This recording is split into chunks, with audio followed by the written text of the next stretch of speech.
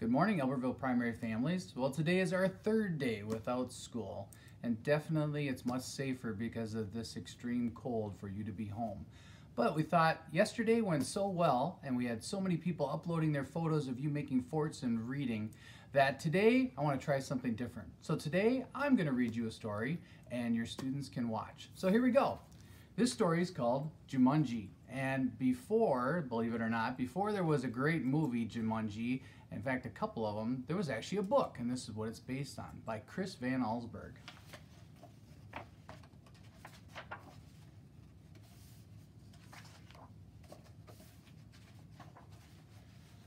Now remember, Mother said, your father and I are bringing some guests by after the opera, so please keep the house neat. Quite so, added Father, tucking his scarf inside his coat. Mother peered into the hall mirror and carefully pinned her hat in place, then knelt and kissed both children goodbye. When the front door closed, Judy and Peter giggled with delight.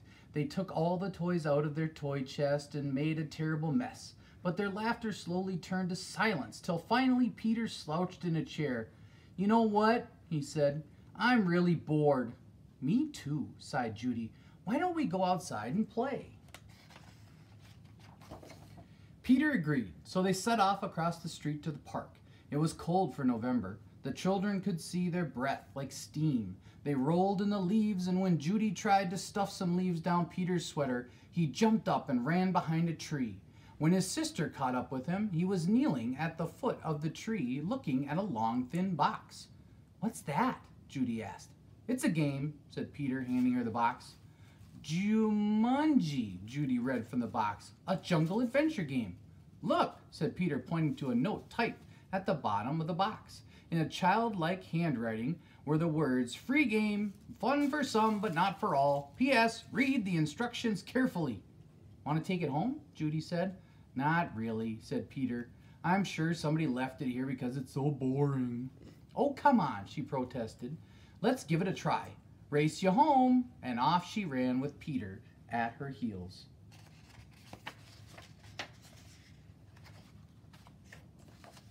At home, the children spread the game out on a card table. It looked very much like the games they already had.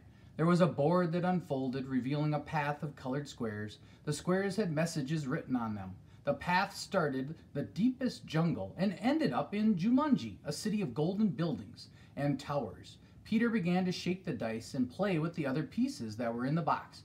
Put those down and listen, said Judy. I'm going to read the instructions. Jumanji, a young people's jungle adventure especially designed for the bored and restless. A. Player selects piece and places it in the deepest jungle. B. Player rolls the dice and moves piece along the path through the dangers of the jungle. C. First player to reach Jumanji and yell the city's name aloud is the winner. Is that all? Asked Peter, sounding disappointed. No, said Judy. There's one more thing, and this is in capital letters. D. Very important. Once a game of Jumanji is started, it will not be over until the player reaches the Golden City. Oh, big deal, said Peter, who gave a bored yawn. Here, said Judy, handing her brother the dice. You go first. Peter casually dropped the dice from his hand. 7, said Judy. Peter moved his piece to 7th square. Lion attacks. Move back 2 spaces, read Judy. Gosh, how exciting, said Peter in a very unexcited voice. As he reached for his piece, he looked up at his sister. She had a look of absolute horror on her face. Peter, she whispered, turn around very, very slowly. The boy turned around in his chair. He couldn't believe his eyes. Lying on the piano was a lion, staring at Peter and licking his lips. The lion roared so loud it knocked Peter right off his chair. The big cat jumped to the floor. Peter was up on his feet, running through the house with the lion a whisker's length behind him. He ran upstairs, dove under the bed. The lion tried to squeeze under, but got his head stuck. Peter scrambled out and ran for the bedroom and slammed the door behind him. He stood in the hall with Judy, gasping for breath.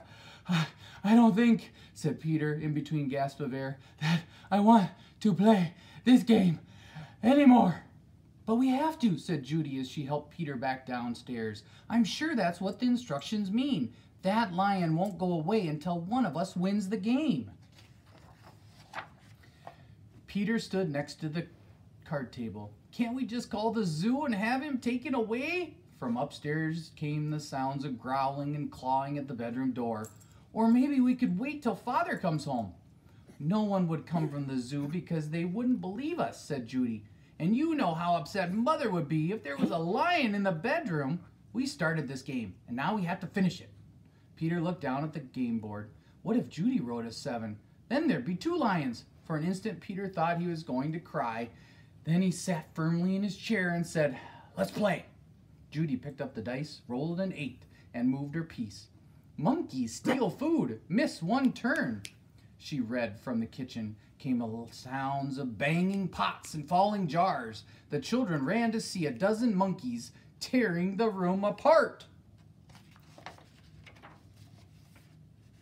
Oh boy, said Peter, this would upset Mother even more than a lion. Quick, said Judy, back to the game. Peter took his turn. Thank heavens he landed on a blank space. He rolled again. Monsoon season begins. Lose 1 turn. Little raindrops began to fall in the living room. Then a roll of thunder shook the walls and scared the monkeys out of the kitchen. The rain began to fall in buckets as Judy took the dice.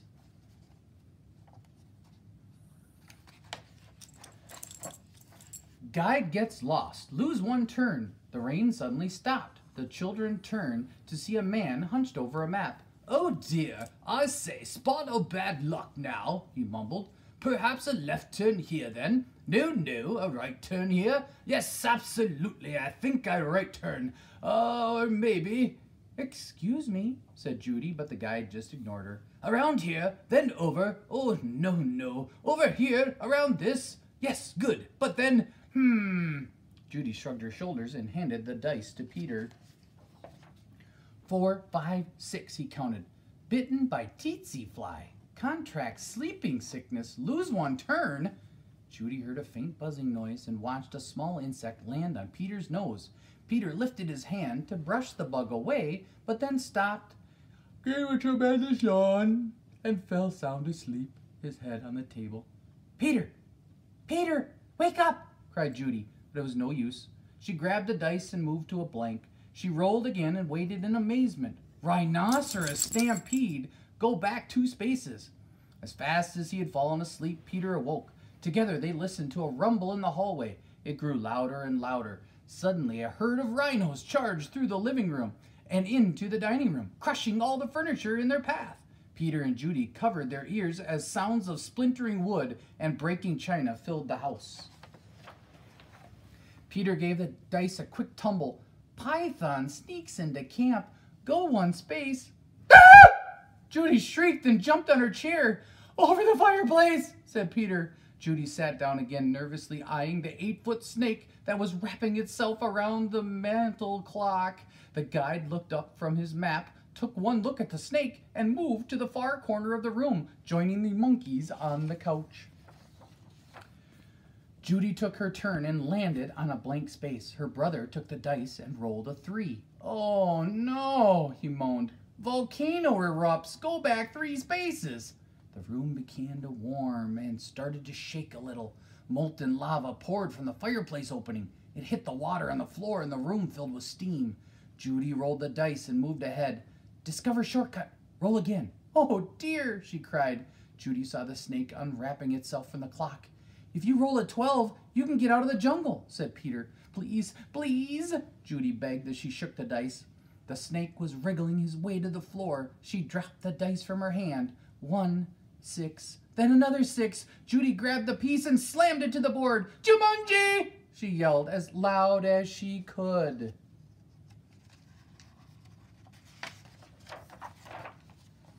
The steam in the room became thicker and thicker. Judy could not even see Peter across the table. Then, as if all the doors and windows had been opened, a cool breeze cleared the steam from the room. Everything was just as it had been before the game. No monkeys, no guide, no water, no broken furniture, no snake, no lion roaring upstairs, no rhinos.